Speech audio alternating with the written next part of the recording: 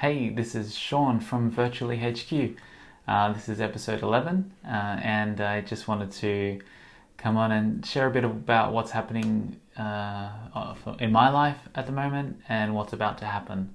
So, I've just released the 10th episode, and I haven't been putting out much content. I'm feeling a few barriers going on, right? For example, right now my cat is scratching to come into this room. If I let him in, he'll walk around and disrupt the recording. But if I leave the cat out, you might hear scratching. So, I've started. This is going to be a bit of a meta episode. This 11th episode.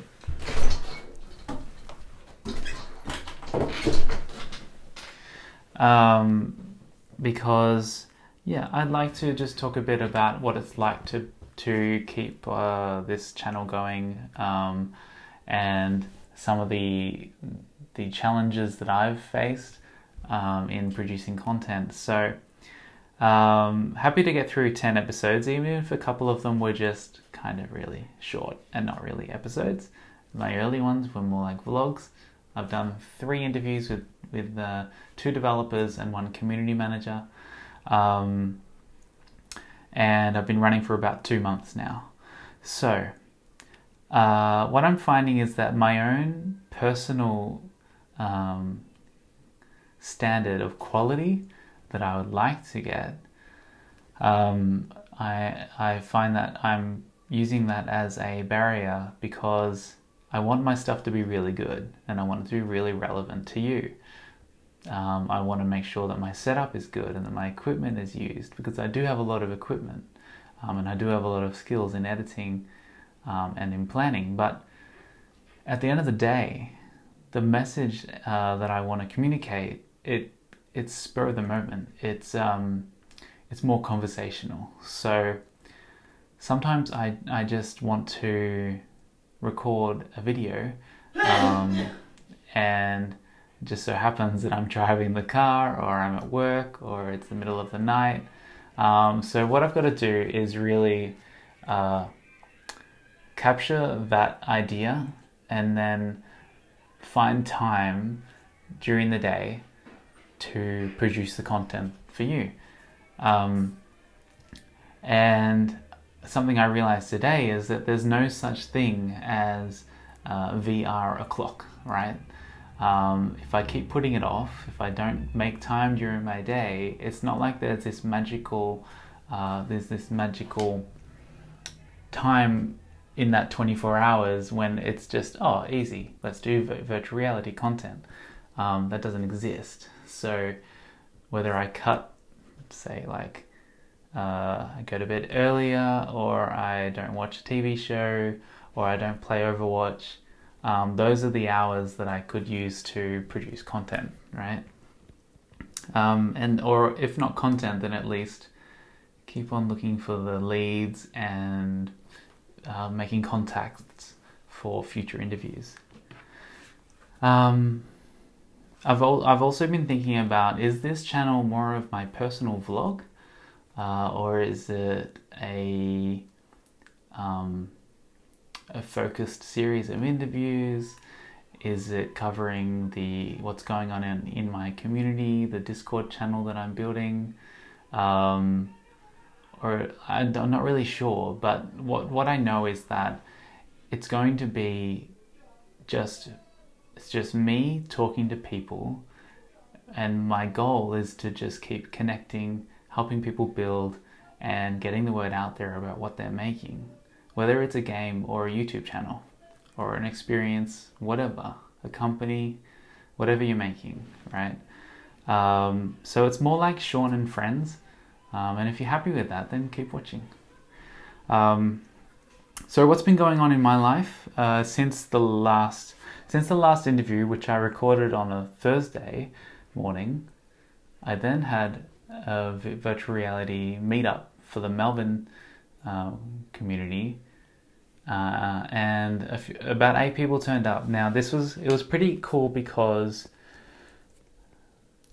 we had 2 quests turn up, my own, and I put it on the table of the VR meetup because like I'm thinking about how to do sort of best practice for running a meetup. Me personally, sometimes I've been to a meetup and I wasn't sure who to talk to. Just make sure it's recording. Everything recording? Yes. I've been to meetups where it was at a busy place and I wasn't sure who to talk to, right? And in fact, I've even been to a venue and not been sure who to talk to and I left. Now I think that probably happens a lot at a lot of meetups. So one idea I had was to put the Quest on the table where we're sitting, so that at least if you are walking around the room and you see a virtual reality headset on the table, you know you're in the right place. And someone else brought a Quest, a guy named Jian. He also had his own game that he's developed on the Quest ready to go, and he also brought his own Wi-Fi hub, I don't know what they're called, and a little mini computer and an extra screen, and I've never seen someone so prepared to show their game. It was really amazing, actually. If you want to check out a photo of that, join our Discord chat server, and you'll see that in the local meetups chat room. And so I showed a few devs who had never tried the Quest before, and just they didn't play any experiences, but they did go through the onboarding and look around the home and get a feel for how good is the tracking and the visual quality, and they seemed fairly impressed. One of them has even bought the Quest since then, so mission accomplished. And that was the meetup. So we talked a little bit about what's coming up next, and generally the idea is that we'd like to have a couple of quests with content preloaded. So maybe before the meetup we'll put a call out and tell us what content you'd like and send us the APK, and then I'll put it on my Quest. Actually, my attitude with this Quest was I'll bring it to meetups and I don't really care if it gets broken because it's part of my mission, right? I'll just beg Oculus for a replacement. And so before the meetup, we would load up a couple of quests with the content, and then they're just free to go at the party. That's a really good idea. We'll do that for the next meetup. The other one was to get some PC VR happening. So right now I'm kind of delegating that a little bit, trying to find people who would be interested in bringing along their laptop and their Vive to demo or play like other games, maybe run some kind of competitive element to create more atmosphere. It's also a bit of a draw card for the meetup, you know. I still think of the meetup and VR in general as a big cycle, right? You have people that they join and they experiment, they try it out, they make a couple of games, and I really want to make sure that they get the support and encouragement that they need, and start to make more friends and connections and stay in that cycle. So the meetup that just happened last week was really good because 3 people came along who are very early in their VR development career, and I was just thrilled to be able to like really encourage them and ask questions about what they're making, and like I know it's hard to get to meetups, but I hope they find value from it, and I hope to make the meetups more valuable in future, and people are helping me do that, and that's great. Then I had I did the interview with Vivian Tan, which you would have seen. That's been published. It was a bit delayed, but my interviews they're always different. This one I had some set questions which helped. It helped a lot, actually. We agreed on the questions that I would ask, and then I just rephrased them, or asked a few extras, but mostly I think when I do interviews, I've got to be a bit more clear in what I'm saying and more confident, and also focus on the other person a lot more, right? Because what happens with me is when someone's talking to me, I might latch on to one little thing that they said, and then they keep talking for a minute. And then so all I've been thinking about for the minute was how to ask a question about the thing they said. And I really, something about me is that I really do not like interrupting people. And I actually feel like really quite guilty when I interrupt people. It's just how I am. So that's why there's a bit of a problem with flow in my interviews, but it'll get better over time. But, interview questions helped. Researching the game helped, and the person, knowing who was coming on, that helped. And I think I have to stop doing interviews first thing in the morning because I'm really not awake. My virtual reality passion, it builds through the day, not first thing when I wake up. Alright, so that's the interview done. Another thing happening in my life right now is that for the past 4 months, my long-term partner, he's been living in Vietnam learning how to do makeup. And that means that I haven't seen him for a while, and he came back to Australia for 3 weeks. So while he's here, a lot of my spare time is making sure that I'm with him. But, that ends soon, so that's been a factor. Not the biggest factor. He's playing League of Legends right now, so I could always have found time.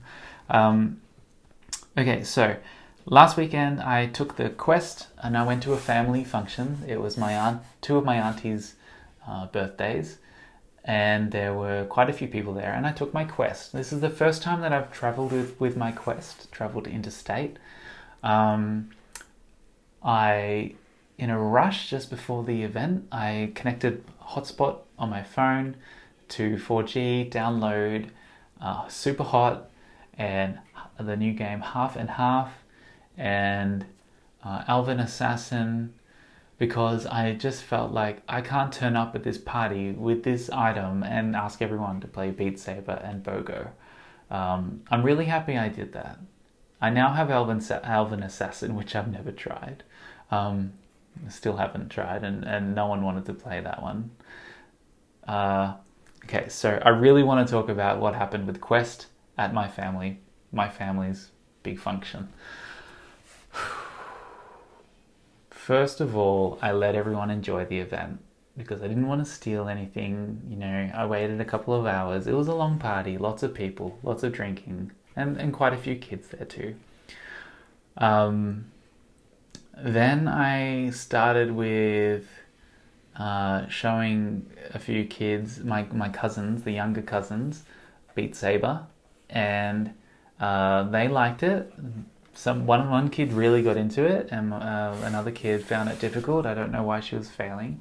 I didn't set up any sort of screen, so I couldn't really know what was going on. That's probably like one of the biggest problems with Quest. When people are in it, and I'm not sure exactly what's happening, like it's already difficult enough for them learning a new thing. It's even harder when the person helping them doesn't know what to do. So that was one thing. It's hard to help people when you can't even see what they see. And then a couple of the younger people, or like the people who were not into dancing or whatever, like not just I showed them BOGO, which is an Oculus Studios game that just has a little creature that's like a little guy that's super cute, and you just want to feed him apples and throw sticks and stuff, and rub his belly. So I showed a few people that.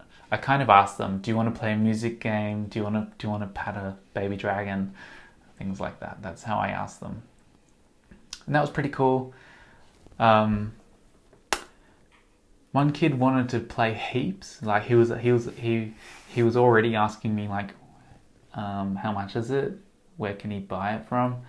And then I put it on charge and we went back to the party, and then quite a few people wanted to play it. So I decided that we would make a big space, right?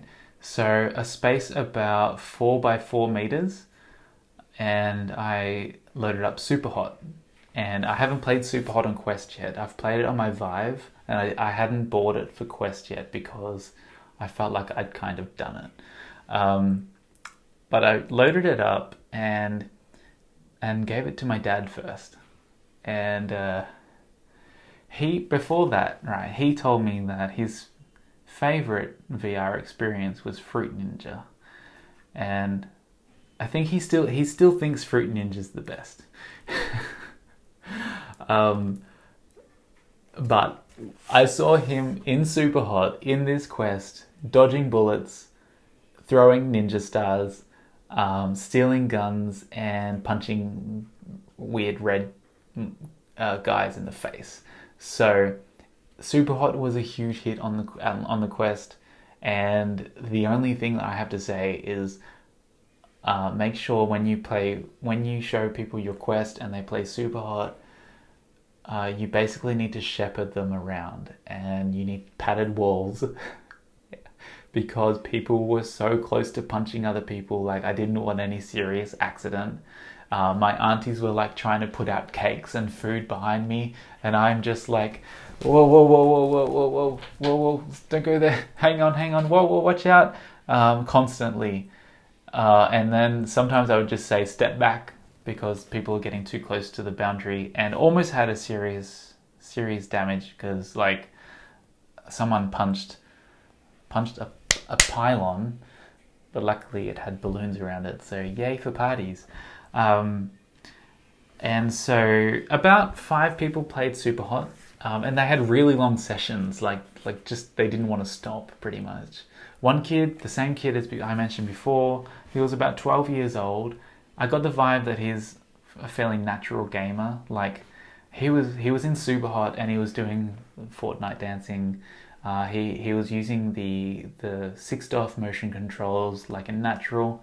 I mean, not just a natural, but picture this. Arya Stark in Game of Thrones, the way she sword fights, this kid was doing that. I don't even know what weapon he was using in Superhot, but like he was like lancing at people. And then he just came out and his mum asked me like, how much is it? Where can you get it from? And is it a sturdy unit?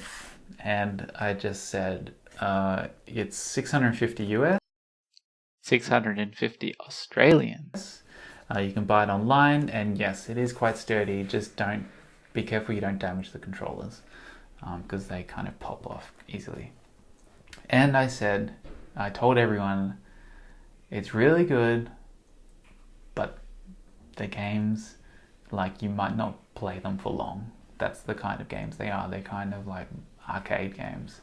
And so that means that the price is a problem. Right, so that was Quest. Really happy that I brought it. It doesn't seem to be damaged at all. It's just got a bit of oily smear marks on it from fingers.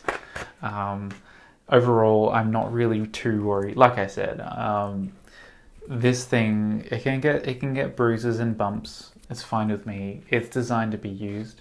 It's not going to a museum. It is the start of wireless VR, and I like it a lot. And it just worked, and people liked it. Just like it was. This isn't a review, but just the things that I thought of when I was demoing it to so many people. The straps are so easy to adjust. You get an idea. You can look at someone's head and think about. You just instantly know how to adjust it to their size. You get good at that. You start to get ideas for like the best way to like slide it on their head. How to hand the controllers to them, how to talk to them while they're playing. It's really pretty good, and for all ages, really. My my cousins as young as like 10 played it, and up to the 60-year-old woman, my auntie, she played it, and it was really popular. Like not popular, but really good reception. Oh, something, some other funny things happened. So the kid who is really into it, I get the sense that one day he'll be like an esport player or something. He just seemed really into games.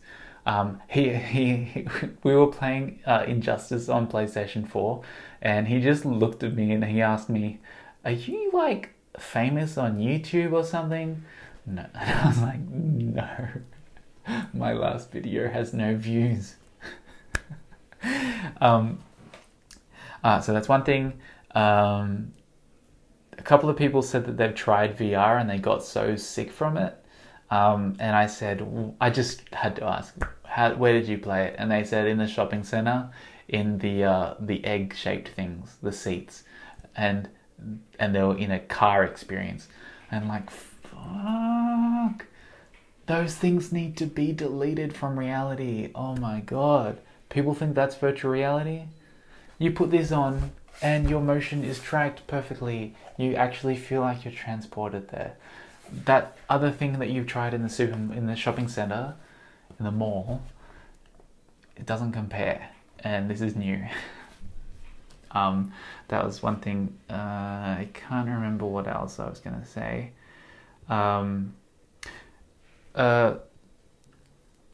Just finishing the recaps for the last week is also that I applied to work at an Apple store, went to the group interview, blah blah blah blah blah, didn't get the job. So that's like a thing that's been in waiting mode for like 2 months, and now it's completed. So I don't know, I've got to think about what's next. Now looking forward, today is Wednesday, and on the coming Monday I'm flying to San Francisco. Yeah. Flying to San Francisco, going to Oculus Connect 6, and just being in VR and about VR for 10 days roughly. That's how long I'll be in San Francisco. So I don't really know. I don't know how much content I'll produce, right? I could at the end of the day just go, oh my god, it's amazing and I'm so tired, bye. But what I do know is that I will definitely try to meet lots of people. And I don't know, I don't know how many Australians are going there. I don't even know how big the event is really in terms of attendees. But I do know that on the calendar of virtual reality events and where people go and where to meet people, it's the place, and I didn't want to miss it. So it's like really expensive. And yeah, that's it. I'm kind of ready to go. Like, I've got all the stuff, I just got to put it together. Equipment's becoming a bit of an issue. This is a real rambling episode, so sorry. Equipment's starting to become a problem because I know I want to produce content with this camera because that's why I've got it, and it's really quite good. But the microphone on it catches a lot of echo in this room. Good for outside though. I've got this lapel mic, which I've used previously in combo with that camera.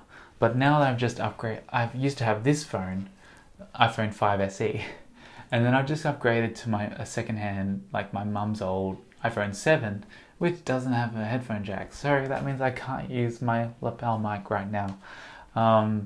And things are just like not easy. I feel like wouldn't it just be so easy just to use the iPhone and just say sorry if the quality's not that good, but things are getting hard. But sorry, I have a lot of respect for people who make good quality content with a really real camera, and do all the editing, because I don't have patience for it, basically. And yeah, just building up like an assortment of bags and things to take there. You know, what's been happening in the last few weeks when I haven't been making videos is that I just have like ideas and I make a voice memo or write it down, and I want to like condense the idea and present it to you in a really nice way. But then it doesn't happen. And now you see what happens. I just erupt, right? So I'd like to produce things more regularly as they pop up.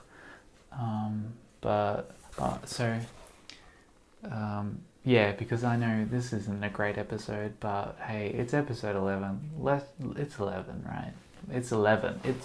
It's episode 11, and I'm not on drugs, but it's just episode 11. So I got this little man bag, you know, because people told me like I've got to be careful about where I carry stuff when I'm traveling.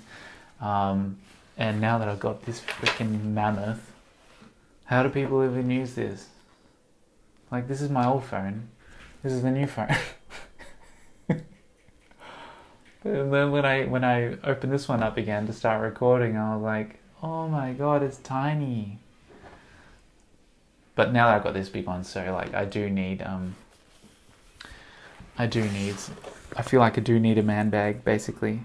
So that's why I'm carrying around a notebook now, because notes I think are a good way for me to prepare for an episode. And I don't really like digital notes because they float around. So I've got my man bag, I've got my suitcase, I've got heaps of stuff. Now. So like, I just feel like I'm kind of ready, and I've got to stop thinking like I need stuff. One thing I don't have is a laptop, but I don't know. I probably won't produce much of videos anyway. So that's it. And then when I come back from San Francisco after 10 days there, it'll have been 2 weeks by the time I get back. Shortly after that is Melbourne International Games Week. We'll also have the next Melbourne VR meetup. I need to talk about Altspace. Altspace is really good. It just came out for Quest, this little thing. Altspace is a social virtual reality app, and it has really simple looking avatars, but it's so easy to just load it up and start talking. You can follow your friends around to the different rooms. Seems easy to add friends and block people, and you can join it and wave your hands around and just say hello. I went in there for my first time the other day, and there were like about 10 people walking around. I think about 4 of them were from Australia. I invited someone to the Melbourne VR meetup, and like I just feel like I just want to drop back in there. Like that's a virtual world. Like it's kind of feels similar to what I used to do when I played Guild Wars. That was my first big multiplayer game. It felt like you could just drop into the guild hall and just have a chat with people in your guild, and that's pretty much what it felt like. Altspace, check it out, because we might do virtually HQ events or set up a world, and we're definitely looking at it as part of our Melbourne VR. Altspace, it's good. The other app I checked out was Half and Half by Normal VR. It's a cute social game where there's about 6 different game modes, and it looks amazing. It's really gorgeous. It's like basically that's the style of game that I'm looking for, and it seems to start with a small amount of content. It's got the social element, and I think that's a good place to start. Okay, so this has been a 30-minute video, episode 11, done. And it's a rambler, so you know, if you think I should just do shorter videos in future but more often, just post it there. Bye.